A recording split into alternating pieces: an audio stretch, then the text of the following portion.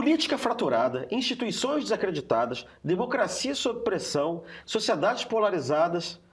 Meu Deus do céu, como governar em meio ao caos? Nosso convidado de hoje tem a resposta. É o economista e cientista político Silvério Zebral, que tem se dedicado à questão e propõe uma nova forma de pensar a política pública, com mais ciência, mais comportamento, mais interdisciplinaridade e mais ética.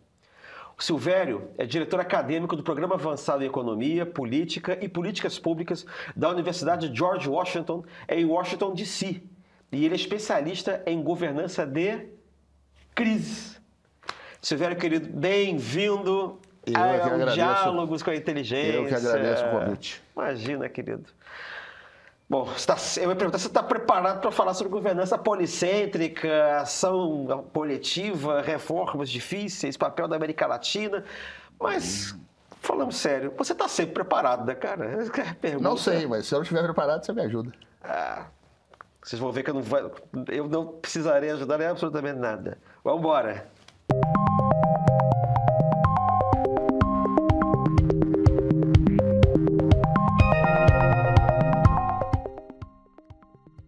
Você se define como economista político ordoliberal ou é ordoliberal? Ordoliberal? Ordo. Ordoliberal e cientista comportamental. Tudo muito bonito, mas o que isso quer dizer? Boa pergunta, podemos descobrir aqui nessa conversa. Começamos pelo começo. Os economistas políticos acreditam numa certa prevalência ou primazia da política sobre a ordem econômica. Então, são raros hoje em dia, porque com o avanço da economia como ciência que explica todo mundo, como a ciência geral da sociedade, a política foi um pouco perdendo o seu protagonismo que teve há 200, há 100 anos, 150 anos atrás, de explicar como a lógica da dinâmica social, das relações, de dependência, de colaboração, de competição, etc. Então, é um pouco... Isso já me torna um sujeito velho por natureza. Né? Por natureza. Isso, economia política.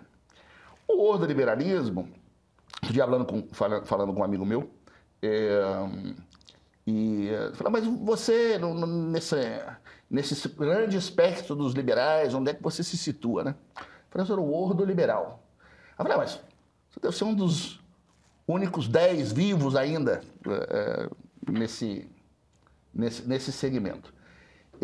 Para explicar o que é o ordoliberalismo, é exatamente o liberalismo que crê que a ordem política prevalece, é necessário existir uma ordem político-legal que dá fundamento à dinâmica econômica.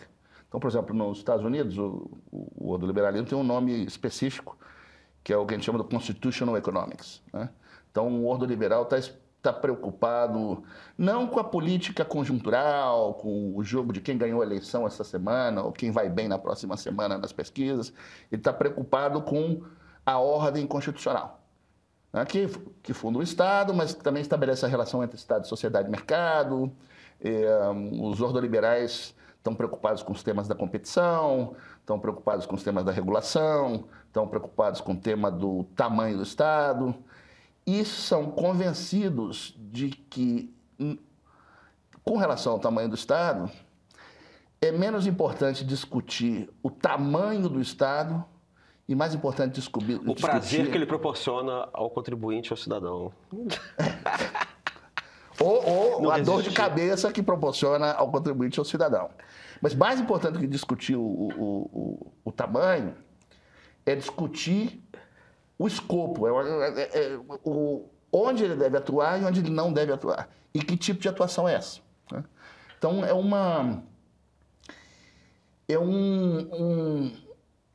uma perspectiva do liberalismo que desconfia, isso pode parecer um pouco até estranho para aqueles que se acostumaram a escutar o liberalismo, a ordem espontânea, etc., que desconfia da ordem espontânea, que acha que a ordem espontânea hayekiana, deixada a sua mais livre espontaneidade, pode gerar uma ordem que não é liberal.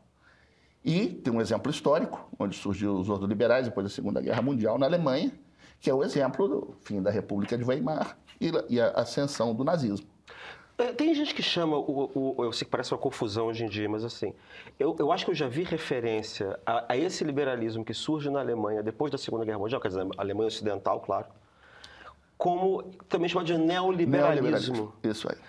Eu, inclusive, que eu estudo ideologia, eu parei de chamar o libertarianismo de neoliberalismo por causa dessa confusão. Exatamente. Porque o neoliberalismo também, no final do século XIX na Inglaterra, era new liberalism, que era exatamente o contrário. Ele foi contra o new liberalism, que o Spencer criou o libertarianismo. Exatamente. Né? Aí eu parei de falar porque conceitos que são muito polissêmicos não servem para fazer análise. Né? Quando se funda o colóquio Walter Lippmann, que vai dar depois a origem à famosa Mont Pelerin Society, etc.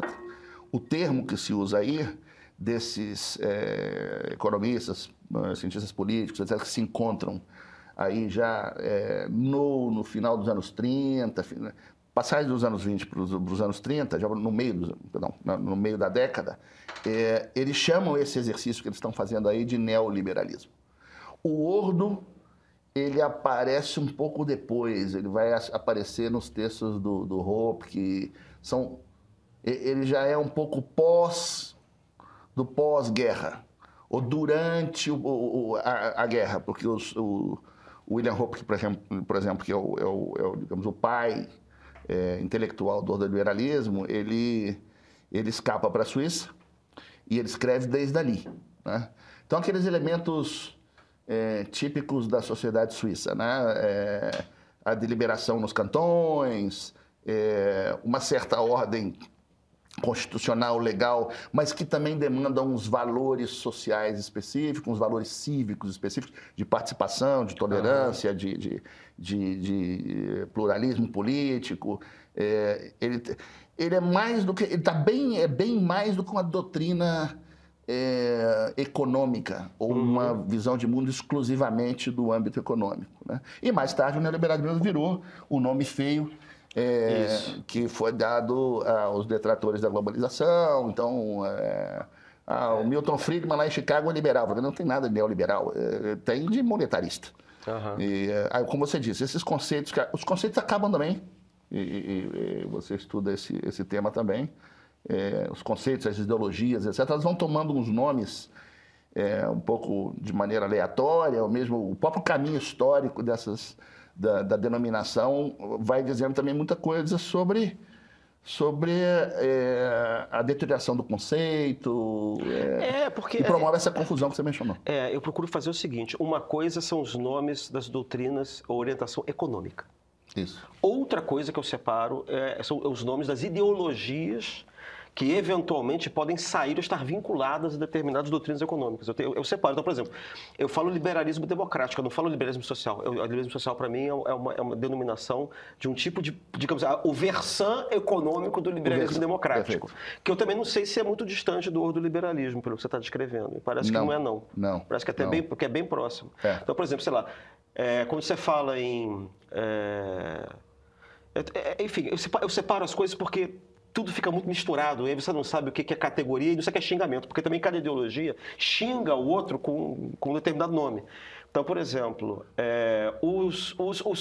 a esquerda, de um modo geral, como você disse, estava até falando isso hoje de manhã na aula, assim, quando eles falam de neoliberalismo, eles jogam no mesmo saco o liberalismo democrático e o libertarianismo econômico.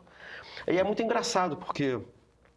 Aliás, quando você lê Marx, eu estava dando aula de Marx também, e quando ele descreve o que ele chama de democracia burguesa, é exatamente o libertarianismo econômico.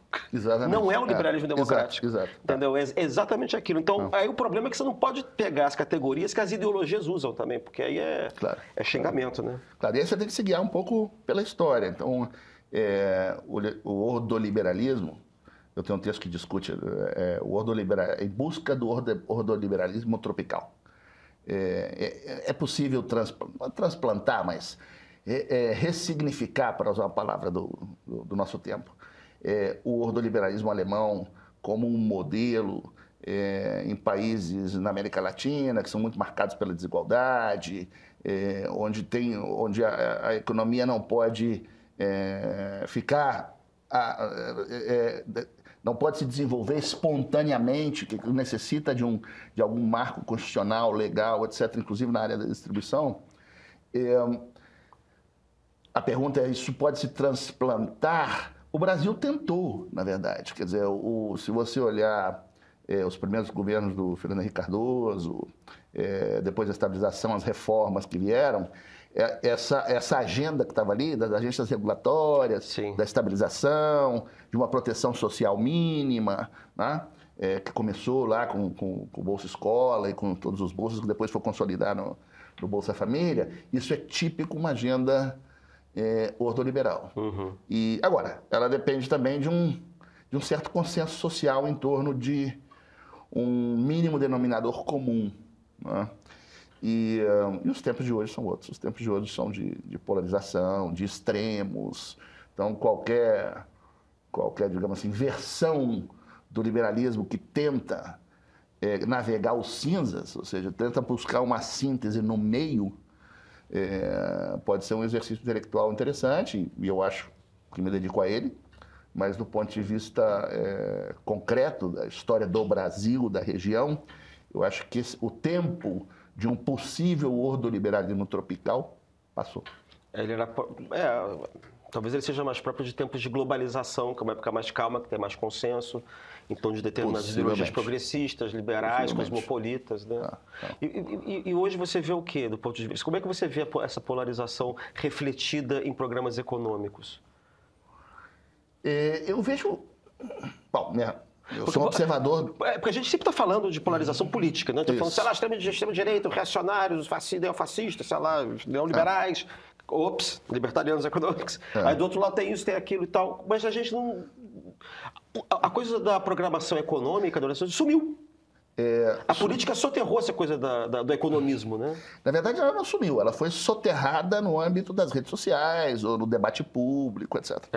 Eu sou um observador distante do Brasil. Já vivo há 15 anos no exterior, vivo em Washington, D.C. E eu sigo o Brasil de longe desde 2008, basicamente. E o que eu acho que aconteceu aí, e aí pode tratar das duas, da polarização política e um pouco dos efeitos dessa polarização sobre o mundo da economia, o debate econômico. Eu, às vezes, escuto muitos meus colegas aqui no Brasil dizer o debate econômico no Brasil está interditado. Eu acho que não. Eu acho que o que aconteceu aqui aconteceu em vários países da América Latina, e isso acho que a gente tem que anotar do lado dos sucessos que a gente teve nos últimos 20 anos ou 30 anos. É que existe a interdição de avançar com reformas meio exóticas ou com políticas um pouco exóticas, do ponto de vista de políticas econômicas, sobre uns pilares fundamentais do ordenamento econômico brasileiro. Então, quer dizer, eu não vejo mais ninguém questionando o sistema de metas. Uhum. Não vejo ninguém mais questionando que é preciso ter uma regra fiscal. Bom, a grande discussão ao redor do arcabouço fiscal novo, se ele é tão bom quanto o antigo, se ele resolve os problemas de dilemas intertemporais da trajetória da dívida, mas não existe, pelo menos no mundo relevante do debate econômico, vozes militando em função, não, olha, vamos esquecer esse negócio de regra fiscal, vamos passar a discricionalidade do governo como era no passado.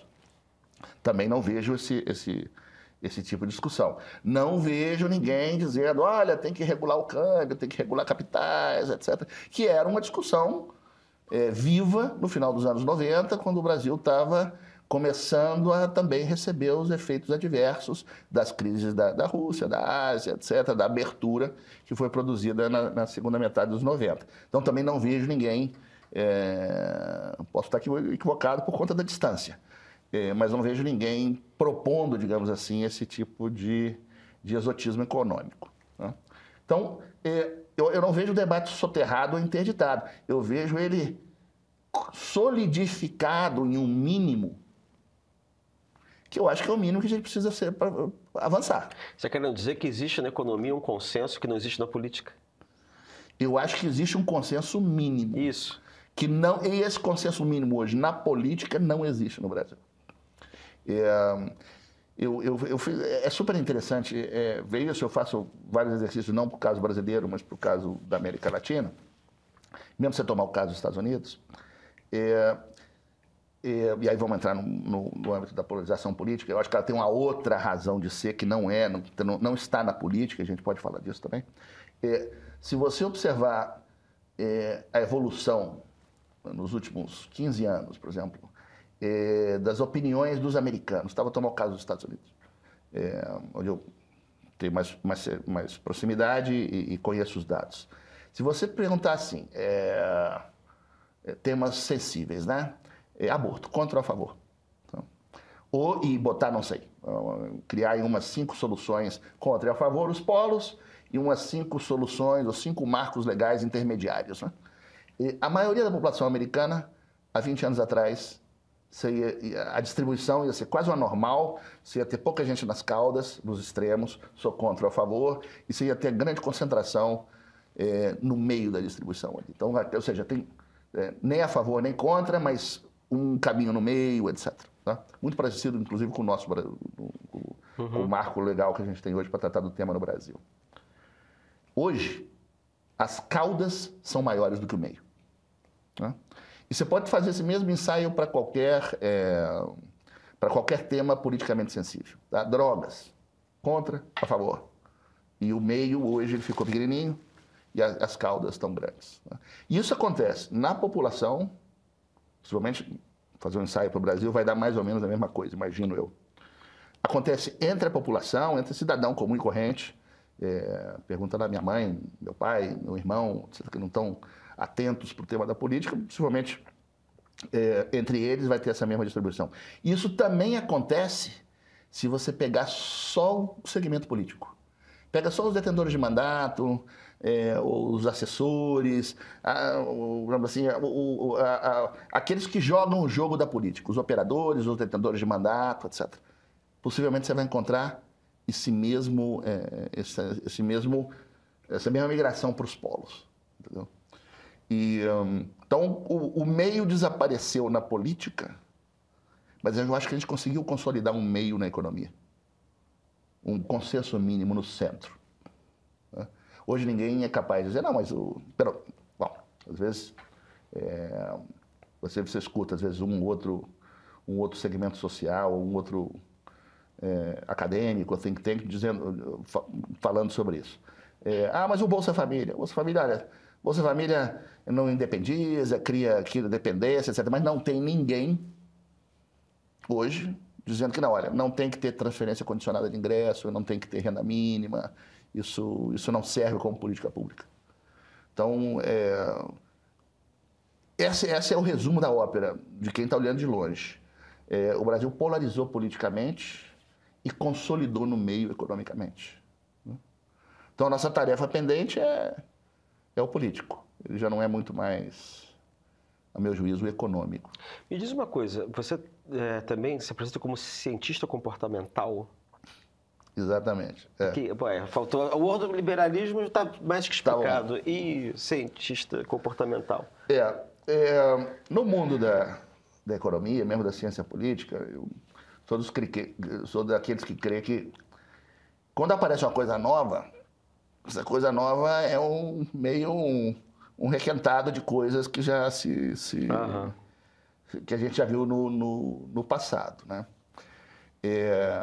Você conhece um pouco disso também. Nos anos 60, todas as ciências sociais teve uma espécie de uma revolução behaviorista. Foi isso. Né? Então, esse indivíduo representativo aqui, que a gente toma como plenamente racional, né?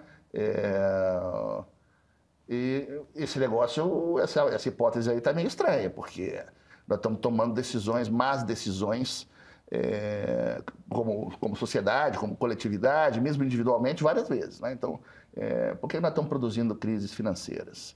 Por que nós nós poupamos menos do que deveríamos, né? Porque que nós destruímos o meio ambiente, considerando que o meio ambiente é um pouco a casa de todos, né? Então, para responder essas perguntas, há alguns anos atrás, ele não faleceu agora, faleceu o Dan Kahneman, para o Richard Thaler, que é um professor, que se eu não me engano agora está na Universidade de Chicago, posso estar equivocada a referência, escreveu um livrinho que chama Nudge, né? onde ele esse livro depois deu em outros livros. Ele escreveu uma outra coisa com Daniel Kahneman, que era um psicólogo, que em 1996, se eu não estou equivocado, talvez o ano esteja equivocado, ganhou um prêmio Nobel em Economia. O único psicólogo que ganhou um prêmio Nobel em Economia.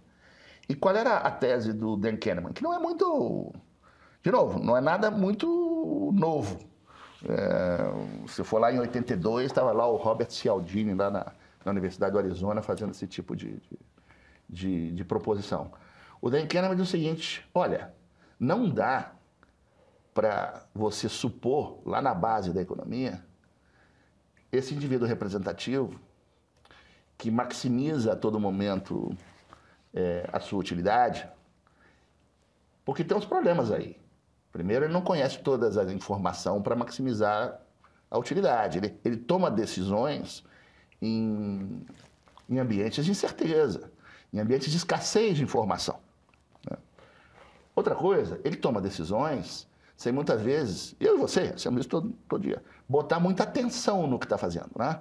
Então, eu costumo brincar com os meus alunos, olha, eu no Rio de Janeiro não olho o clima-tempo quando eu estou por lá. Eu abro a janela, tento achar o Cristo Redentor, às vezes ele aparece ali. Se o braço esquerdo do Cristo está coberto com a nuvem, eu já pego um guarda-chuva que eu sei que vai chover. Então a gente usa muito esses atalhos cognitivos para tomar decisão. E o livro dele inaugurou uma nova área de pesquisa no âmbito da economia, que é o chamado Behavior Economics, né? E que tem a ver com as ciências comportamentais.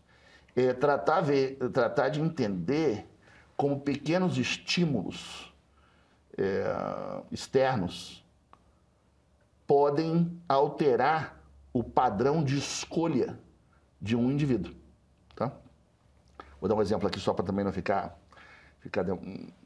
concentrar muito no tema acadêmico.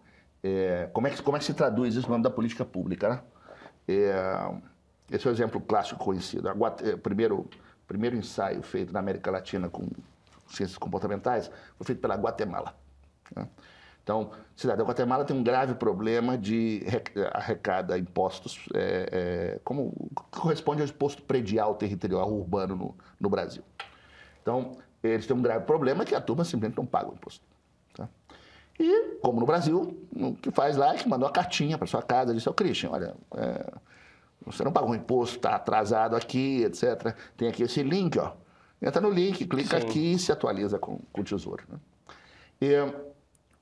E alguém usando as técnicas de ciências comportamentais teve uma ideia: mas espera aí, será que se nós usamos um mecanismo que é a pressão dos pares, lá da psicologia, né, e aplicamos isso na recuperação fiscal, será que o Christian vai pagar esse imposto? Então, o que eles fizeram? Eles adicionaram uma linha na cartinha, dizendo o seguinte: olha, Christian, você precisa... E perdão que te faça de vítima do exemplo. Olha, Christian, você precisa pagar o seu imposto, etc.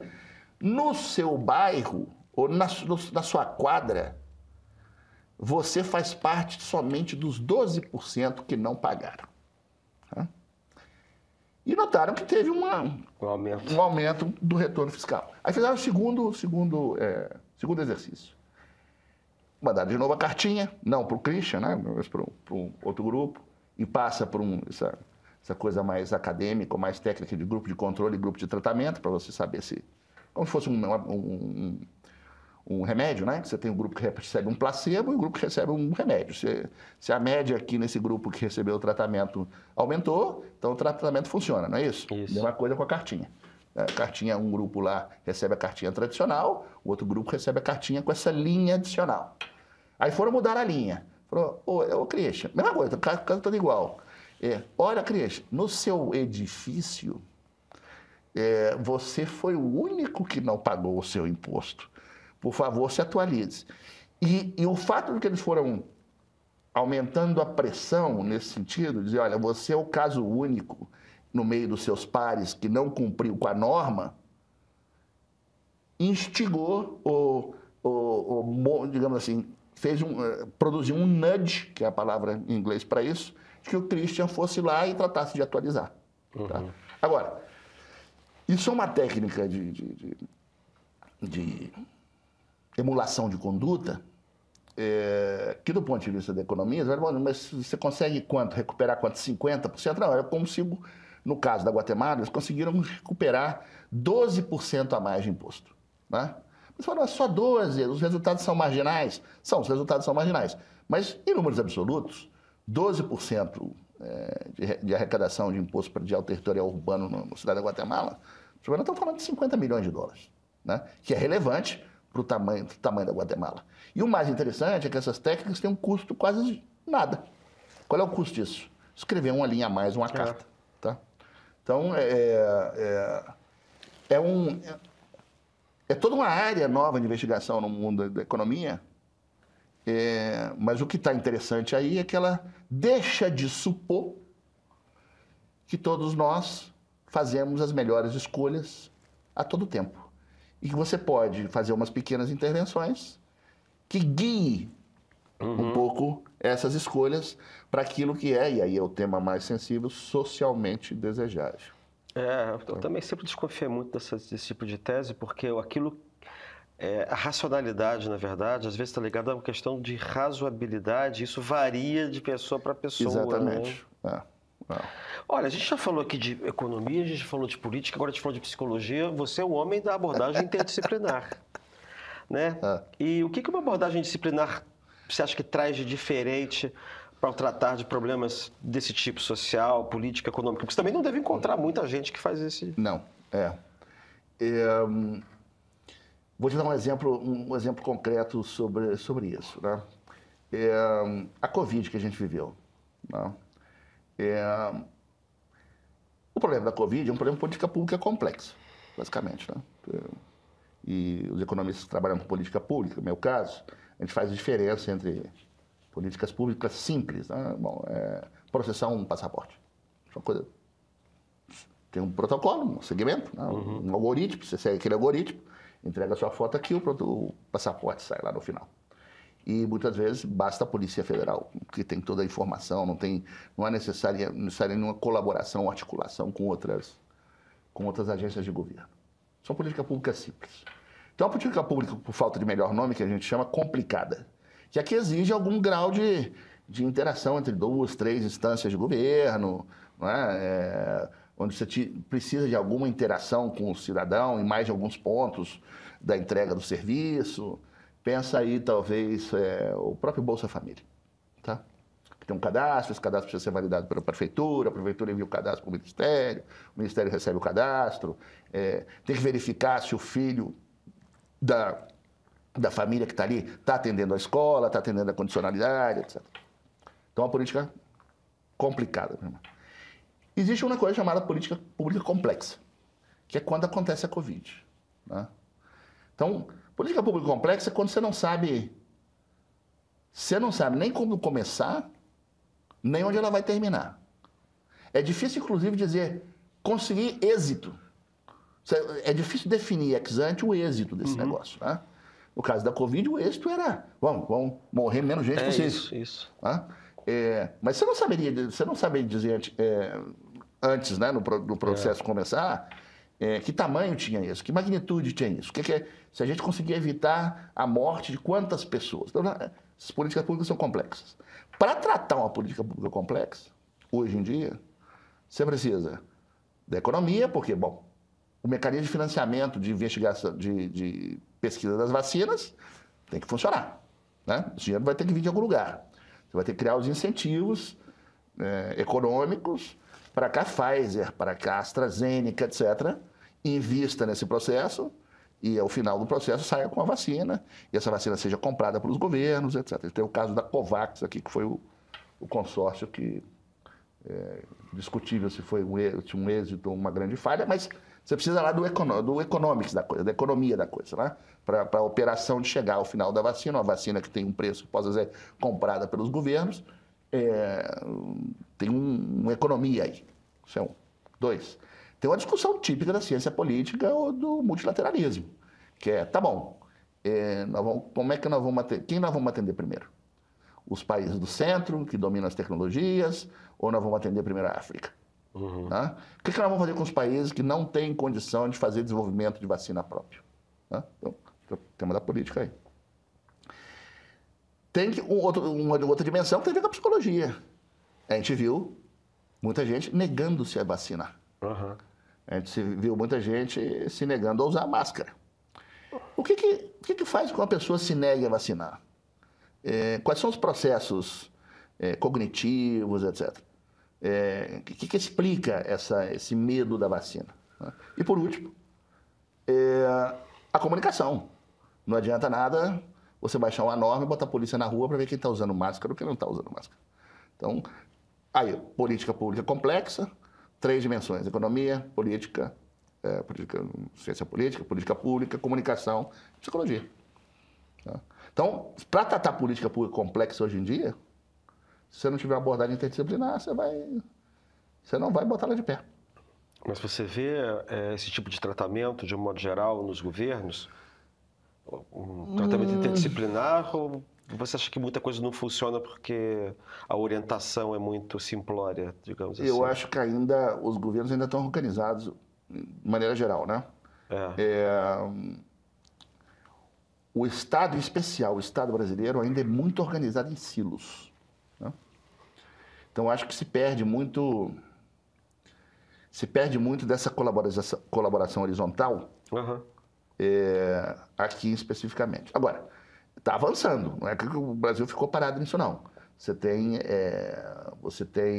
laboratórios de inovação ocorrendo, inclusive a nível estadual, em São Paulo, no Rio.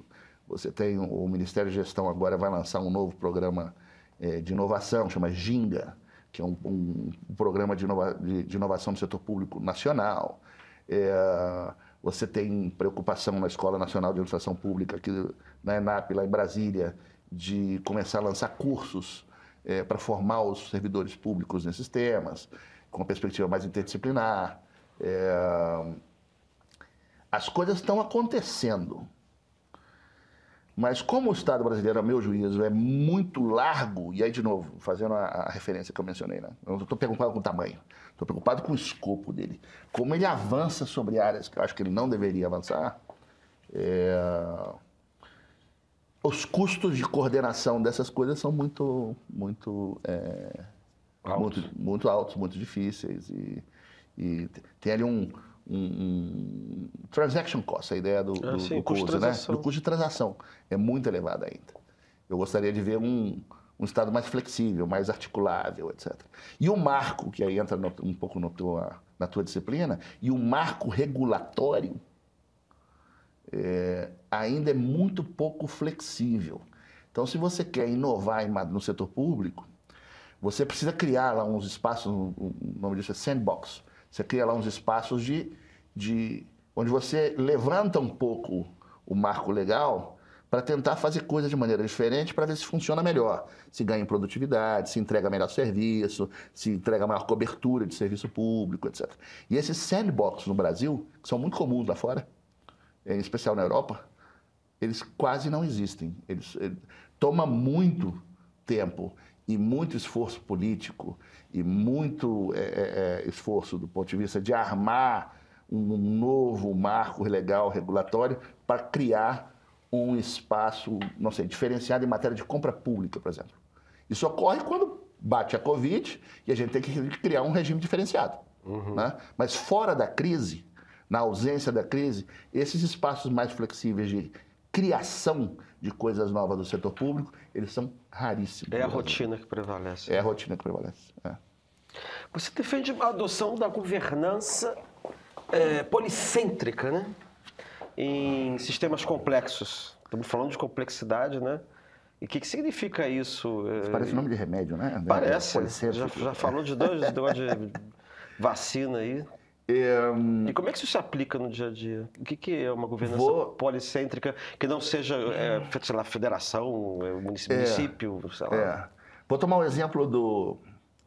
eu estou agora trabalhando com um projeto que é entre George Washington University, onde eu dirijo lá esse programa avançado de economia política e políticas públicas, e a Rand Corporation, que está na costa oeste dos Estados Unidos. E a Rand trabalha muito com esse tema da governança policêntrica, a toma de decisões em ambiente de incerteza. E a gente está trabalhando com o tema do meio ambiente. Tá? Vou explicar qual é a ideia, e aí explico a governança policêntrica. Os Estados Unidos agora se retirou do Acordo de Paris, né? Mas o Brasil está lá, foi lá, assinou o acordo, né? Acordo de Paris, tem uma COP agora, COP 30. E os países que assinam o acordo, ao assinar o acordo, eles se comprometem com, vou simplificar aqui a ideia, com umas reduções, uns compromissos nacionais de reduções em matéria de emissão que levem a uma meta de redução da temperatura projetada em 2050. Né? Então, essa coisa toda chama net zero.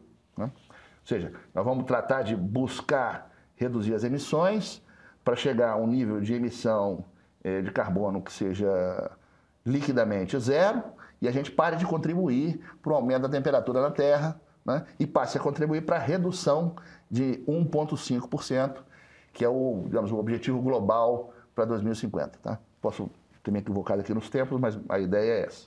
Muito bem. Então vai lá o ministro do Meio Ambiente e se compromete com isso. Né? Assina um acordo. O problema é que em países como o nosso, país de unidades federativas independentes, interdependentes, esse compromisso que foi assumido pelo ministro do governo da União, pode ser que o governador de São Paulo, o governador do Rio, o governador do Ceará não esteja muito interessado nos custos que tem que assumir para cumprir com esse objetivo. Né? Além do que, ele tem que convencer o prefeito de Sobral, ou o prefeito lá de Dores do Indaiá, veio minha família, a adotar umas medidas que lá a nível municipal vão contribuir com esse objetivo nacional. Tá? É possível fazer? Agora, é mais fácil fazer em países unitários. Né? Vamos tomar o exemplo do Chile. O presidente tem umas metas presidenciais, ele anuncia aquilo no início do mandato, e a cada ano ele faz um check ali para ver se estamos andando no caminho correto. Agora, ele dá uma ordem em Santiago, e o sujeito lá em Concepção reproduz a ordem dele. Tá? No Brasil não funciona assim. No Brasil você tem que convencer, fazer os acordos políticos, etc., aprovar isso no Congresso, né? Você tem independência fiscal também dos governos estaduais e alguns governos municipais. Eu entendo, estão sempre de pires na mão pedindo recursos federais, mas tem um certo grau de independência que permite desalinhar essas políticas públicas. Tá? Aí vem a ideia da governança policêntrica. Você tem que criar mecanismos onde o centro já não é mais o governo federal. Você tem que criar mecanismos de governança dessas grandes missões nacionais, se você quiser. Eu não gosto do termo missão nacional. Mas para cumprir esses grandes objetivos nacionais, você tem que, nesse sistema de governança, botar mais do que o setor público somente. Então você vai ter que colocar ali a CNI, que é a Grande Confederação das Indústrias, etc., que vai ter que convencer os seus afiliados a se comprometer com metas de carbono eficiente. Você vai ter que convencer a CNA, a Confederação Nacional da Agricultura, para estar ali, porque parte da emissão de carbono tem que ver com a criação de gado, ainda que a agricultura brasileira e a pecuária brasileira sejam uma das mais sustentáveis do mundo. Então, é um pouco, para solucionar esses grandes problemas públicos, você precisa de uma governança que tem vários centros. E aí, terminando. Tem um problema adicional, é que essa governança policêntrica, ela, em geral, ela é demandada para solucionar aquilo que a gente chama wicked problems, que são os problemas que não são nem complexos, são os problemas intratáveis. Uma tradução aqui ao português. O que eu quero dizer com isso? Eu também, olhando de longe, eu observei alguns meses atrás, se você me corrija se eu estiver errado, acho que ano passado, os incêndios no Pantanal cobriram São Paulo de cinzas. Então, São Paulo foi afetado por um fluxo adverso, um problema, que não tá, que a solução e que a origem e a solução não está na jurisdição de São Paulo, está na jurisdição do Mato Grosso. Então, isso vai ser cada vez mais comum. Você, governando uma determinada jurisdição, afetado por um fluxo adverso, positivo ou adverso, mas no caso adverso, que não é seu. E você vai ter que construir colaborações de governança policêntrica com outros atores. E para mitigar esses problemas, para solucioná-los, etc. Essa coisa de eu cuido do meu quadrado, como era no passado, em matéria política pública, já não funciona mais. Como superar o gap ao cacete, o hiato, entre a boa intenção institucional e essa prática cotidiana? Porque a gente está falando aqui de governança policêntrica, está falando de tentativa de articulações de diversas instâncias diferentes de instituições. Isso. Pois é, como é que você supera essa, digamos Esse assim? gap hiato seu tá igual o Halloween, não, eu lembrei, Lembra disso? Eu lembrei, sabe do quê? Eu lembrei só do Selmo Góes, que é Halloween é o cacete. É o cacete, exatamente. Não sei, boa pergunta. Como é que você soluciona o problema Como é que o armado institucional se transforma em boa política? Não sei. O que você acha? Faço a menor ideia. Acho que tem que ter incentivos, né? Tem que ter fiscalização, tem que ter... Eu acho que é o seguinte, eu acho que o elemento está faltando aí, e falta pra gente, eu mencionei ele meio de lado aqui. Eu acho que falta comunicação. Vou te contar a história. Eu acho a comunicação um elemento perdido nas escolas de ciências sociais.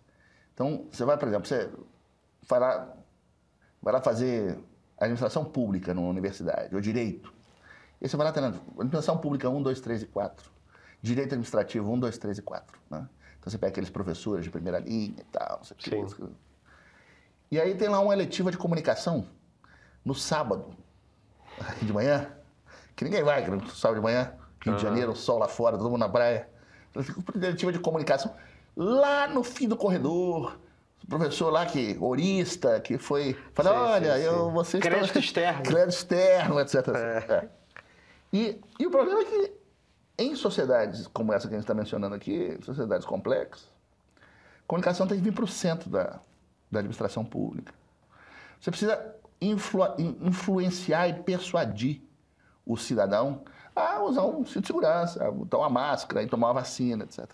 Essa abordagem eu crio os incentivos e baixo uma norma, ou baixo uma regra e boto a polícia na rua para fazer, ou crio uns incentivos gerais, completamente, em sua maioria, monetários, e deixo que essa racionalidade mais instrumental, mais monetária funcione. Isso de campanha educativa, né?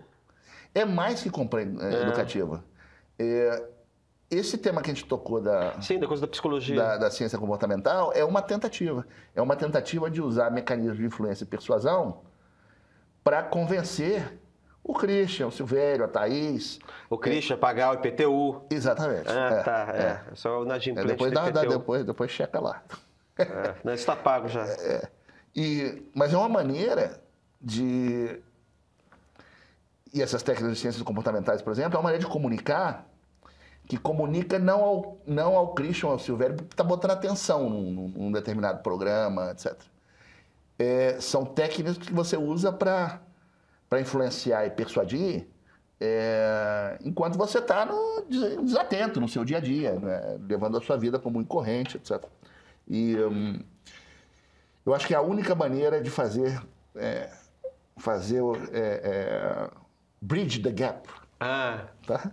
É que a comunicação venha para o centro. Preencher a lacuna, exatamente. De fazer a comunicação voltar para o centro. Quer dizer, voltar para o centro não, vir a ser uma disciplina no centro das políticas públicas, das ciências sociais, etc. E uma coisa, para você, quais são os principais, ou pelo menos os maiores problemas dos governos? Você que está vendo de longe, né? Dos governos latino-americanos hoje em dia. Né? Porque a gente tem. Porque, assim, a gente fica vendo isso. Uma época era o problema da dívida, outra época era o problema da pobreza, outra época era não sei o quê. Né? Você acha que isso mudou? Eu acho que mudou. Que e você tem acha que um problema que hoje? se transformou talvez no maior risco sistêmico da região. O quê? Que é o crime organizado internacional. Você tem toda a razão. Eu acho o seguinte, eu acho que a gente já viveu o problema macroeconômico nos 80, a maioria dos países achou solução para ele nos 90, acho que dos 90 a 2000 a gente começou a tratar de distintas doses de êxito os temas microeconômicos, de inclusão, de proteção social, etc, etc.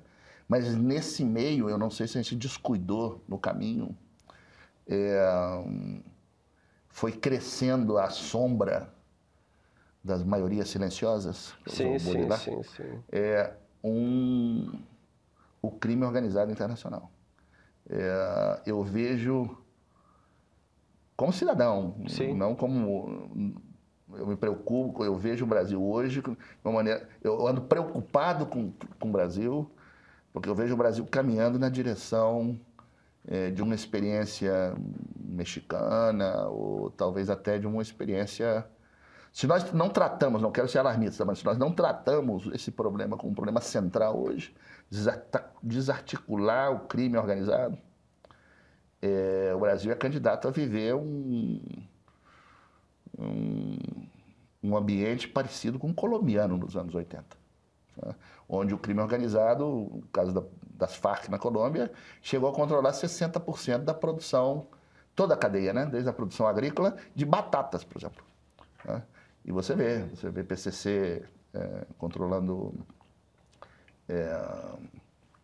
concessionários de ônibus em São Paulo, o recente escândalo agora da lavagem de dinheiro nos fundos. Esse de longe é o problema mais grave. Você tem toda a razão. E como é que a Colômbia enfrentou esse problema? Segue enfrentando mais ou menos até hoje, né? O presidente Santos ganhou um prêmio Nobel que conseguiu, da paz, conseguiu fazer construir um acordo de paz. Esse acordo de paz conseguiu pacificar parte do país, mas você tem grupos ainda alçados em armas, etc. É muito difícil tratar entrando um pouco no mundo quase da teoria política, é muito difícil tratar o tema do crime organizado desde as limitações constitucionais do Estado, né? Porque o Estado não pode usar dos mesmos artifícios que o crime organizado, né? O crime organizado leva a vantagem competitiva, para usar um termo da economia, que pode transgredir a lei, na verdade, por definição, é o que faz, mas pode-se usar todos os mecanismos, operar à expensa do marco legal.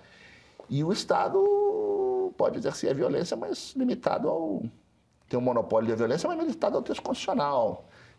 Não pode quebrar o sigilo bancário daqueles que, quando não tem autorização da justiça para fazê-lo. Então, essa é uma grande pergunta acadêmica e prática. Se, tomando em conta a sofisticação do crime organizado hoje em dia, o Estado tem condições, desde as suas capacidades, de competir pelo domínio da ordem contra essas redes internacionais do crime organizado, sem abusar dos seus... Estou lembrando de um país centro-americano que exatamente. pratica. Mas olha só... Essa é uma pergunta. Eu deixei aqui em forma de pergunta. Mas o crime organizado também, enfim, tentou se organizar ou se organiza em países onde ele não, digamos assim, ele não dominou tudo. Sei lá, você pega a máfia nos Estados Unidos, a lei seca, esse negócio todo. Você pode pegar a máfia também, sei lá, na Itália. Eu não conheço outros casos porque eu não estudo o assunto. Mas lá tem alguma hora que aquilo foi enfrentado, né? Isso. E como é que ele foi enfrentado? E por que teve êxito lá sem, digamos assim, adotar métodos heterodoxos do ponto de vista liberal democrático? Todos esses exemplos que você mencionou aí, nós estamos falando num típico de crime, numa época que, aos olhos de hoje, aos olhos de quem estuda o tema, o Bruno Paes Manso tem vários livros interessantes sobre esse negócio, quem estuda o tema olha para isso e diz, bom, aquilo lá era o crime desorganizado. Sim. Tá? A tecnologia que nos ajuda também a conectar, a fazer pesquisa, a descobrir novos destinos turísticos, o Instagram, o WhatsApp, os bitcoins da vida. Essa mesma tecnologia que nós usamos para as coisas lícitas e prazerosas da vida, o crime usa para cumprir com seus objetivos. Mas por que isso é um problema aqui, não é um problema nos Estados Unidos, na França, sei lá onde? Eu acho que nós deixamos... Espanha. É também um problema nesses lugares, mais do que foi no passado. Esses lugares, você mencionou a Espanha, né? Existem alguns países na Europa que, como tiveram um problema aí dos anos 70, etc., de grupos separatistas ou de grupos guerrilheiros, por exemplo, no caso do Peru também, no caso do Sendero, eu acho que eles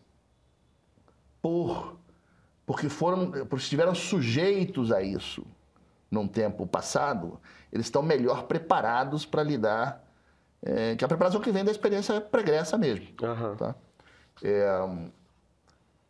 Eu acho que o Brasil, México, outros países da região, é um problema regional. E essas redes são transnacionais, elas são regionais, mas inclusive com conexões globais. Né? Eu acho que a gente deixou o problema um pouco sem atenção. Ele está aparecendo na pauta, digamos, do governo federal, sei lá, de 3 anos para cá. De 3 anos para cá. Começou a discussão do Ministério da Segurança Pública, se faz sentido ter um ministério ou não. Não, é um ministério que vai solucionar os temas. Mas eu acho que tem muito o que avançar. Criar um sistema ainda articulado. Articulado, de gestão da informação, nacional. Policêntrico. Exato, eu acho policêntrico. Acho que tem muito para fazer.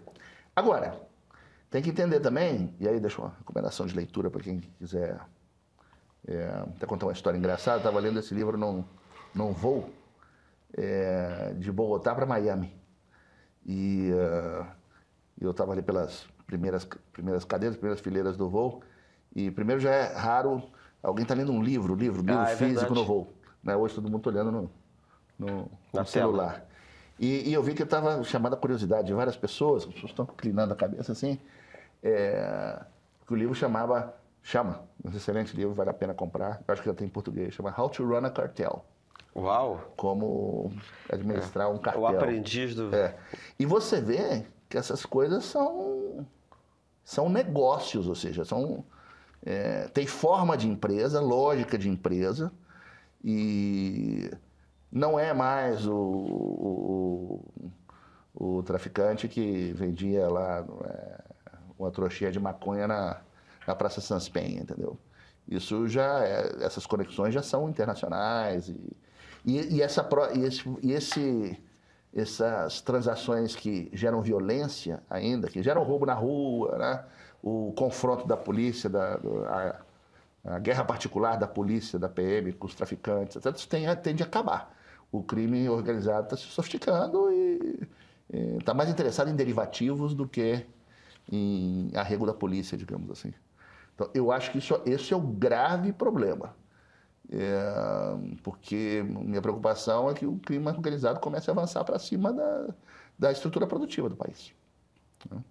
E isso gera todo um arrasto em matéria de corrupção, de ilegalidade. Sim. Que é muito difícil de fazer depois. Uma vez que entranha, é muito difícil de desentranhar. O México está aí para provar isso. Conta uma coisa assim, o que é, como é que é o novo triângulo transatlântico? É o antigo. É o antigo? É o ex-novo? É o ex-novo. É o novo que nunca foi. Então, o que foi o novo triângulo que foi sem nunca ter sido? Aí já é um tema mais de relações internacionais, e multilateralismo, etc. Na região, o Brasil tem uma posição um pouco estranha na América Latina. Nós crescemos um pouco de costas para a região, né? Isso. Então, tem a barreira do idioma, tem gente que diz, bom, além da barreira do idioma, tem os Andes que fazem barreira aqui, tem o Pantanal que faz a barreira mais no meio, tem toda a Amazônia que nos separa na parte de cima, né? Então tem barreiras físicas, etc. E tem a lógica da colonização também, que era no litoral. Exato. Tem a lógica da colonização. Se a gente for olhar a história e até adotar um pouco de determinismo geográfico aí, ou comprar pelo menos para consumir por um tempo, a gente vai buscar umas razões dessa distância, né? O brasileiro, a primeira viagem que faz, assim, junta um dinheirinho, a Miami. Então vai aos Estados Unidos, né? É difícil se achar alguém que foi a Buenos Aires, vai, porque é o destino romântico, né? De levar as namoradas, etc. Na verdade, é para Bariloche. Bariloche, isso. Não tem jeito para ir para os Alpes, vai para Bariloche. Mas é super difícil você achar um brasileiro que conheça Bogotá, que conheça La Paz. Isso é verdade.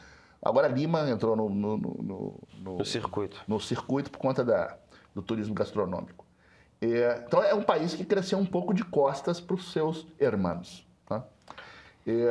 Isso implica que essas discussões que eu vou entrar nelas agora, elas não estão na vida brasileira, né? Além do que o Brasil, a meu juízo, sempre me pareceu também um país muito encapsulado em si mesmo, né? É verdade. É um pouco feito esses países muito grandes, né? Tipo Rússia, Estados Unidos, China. Exato. Eles olham o mundo... Tem muita coisa acontecendo aqui, tem muito problema para resolver aqui, entendeu? Isso. Então é melhor não... Os Estados Unidos, possivelmente, é exceção. Então o Brasil cresceu muito olhando para dentro de si mesmo e não percebeu que, na verdade, nesse canto do Atlântico aqui, na verdade, existem 3 projetos competindo, digamos assim. E aí vou usar um pouco a ideia que eu sei que você lê muito sobre ele também, das esferas de influência do Carl Schmitt, né? Uhum. E desses grandes blocos, etc., que necessitam de países que são os soberanos ou os dominantes nessas áreas, né? Há 3 projetos, basicamente, competindo nessa área aqui do Atlântico, né? O projeto interamericano, sempre foi o projeto pan-americano, né?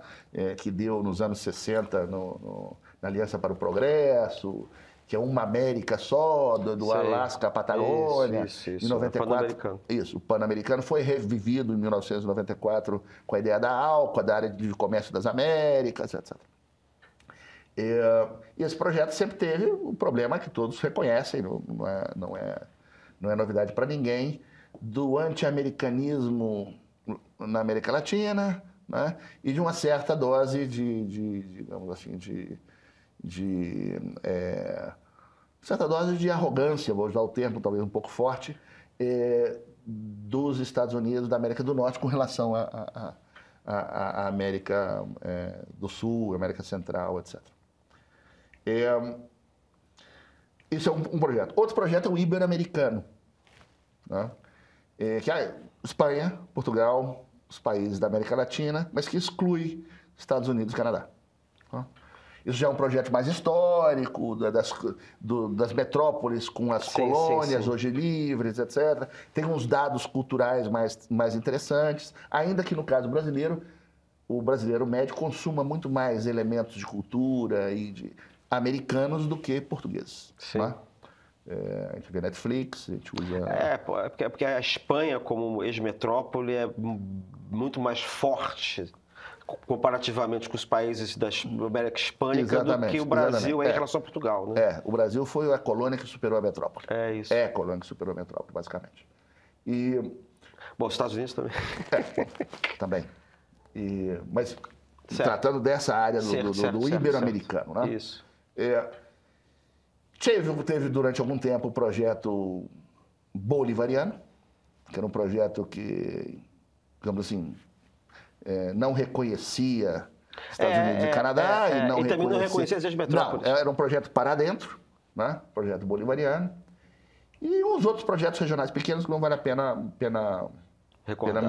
recordar, mas não são relevantes para a discussão. E esses projetos competem entre si, basicamente. Né? Mas, se você for observar, na discussão nos fóruns europeus e americanos, quando eles falam do Atlântico, e essa conversa está contaminada pela ideia do Tratado do Atlântico Norte, está muito contaminada pela dimensão de segurança, quando eles falam assim, o Atlântico, a Aliança Transatlântica, ela é uma ponte. Tem Estados Unidos de um lado, Europa do outro. Tá? E já há muito tempo, um grupo de economistas políticos, etc., que trabalha com o tema de multilateralismo, eu incluído, a gente começou a advogar um pouco por um transatlantismo que é um triângulo. Né? E que triângulo é esse? É o triângulo Europa, América Latina, Estados Unidos e Canadá. Tá? Agora, por que isso? E a África? Vou chegar lá. Por que isso? Porque é nessa região, esses três continentes, onde tem três elementos fundamentais e culturais até, que explicam, digamos assim, essas civilizações aí. Tá? Civilizações talvez seja um nome meio grande demais, mas que explicam as normas gerais ou regras de convívio, valores, visões de mundo que povoam esses espaços. Tá? Primeiro, democracia liberal. Tá? Se você pegar qualquer mapa, busca aí, The Economist Unit, Freedom House, etc., que coloque manchas de cor para você ver onde a democracia está mais forte ou mais débil, etc., nos países, você vai ver que, tira ali, ó, da Alemanha para cá, tá? Excluindo a África, você vai ver que essa mancha é uma mancha mais escura. Ou seja, é aí que estão as democracias liberais, como nós, ocidentais, como nós as entendemos.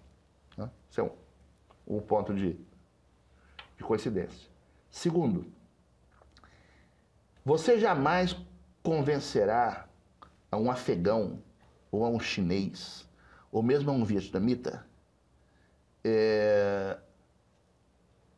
que a proteção aos direitos das mulheres nesses países devem seguir a tradição, aquilo que está dito lá a tradição dos direitos humanos ocidental, aquilo que está dito lá na Declaração dos Direitos do Homem das Nações Unidas. São culturas muito diferentes das nossas.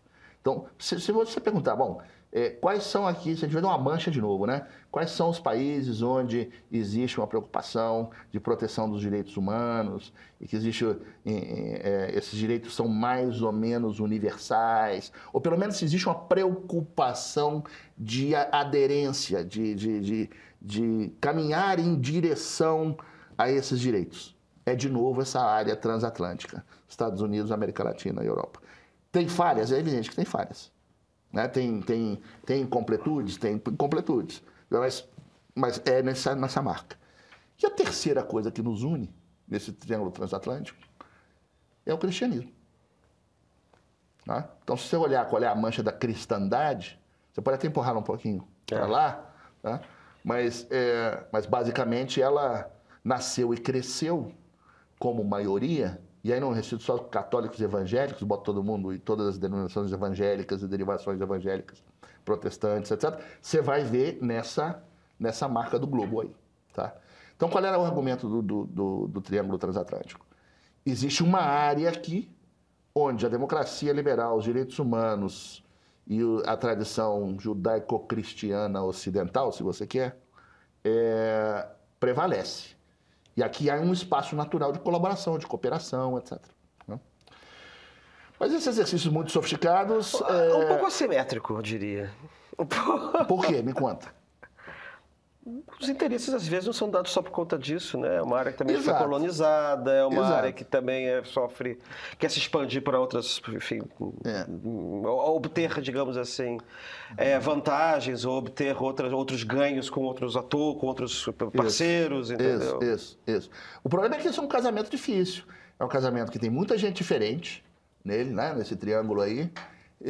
É um casamento onde o tio rico, pelo menos nos últimos meses, dizem que não estou interessado nesse casamento, que essa cerimônia eu não quero celebrar.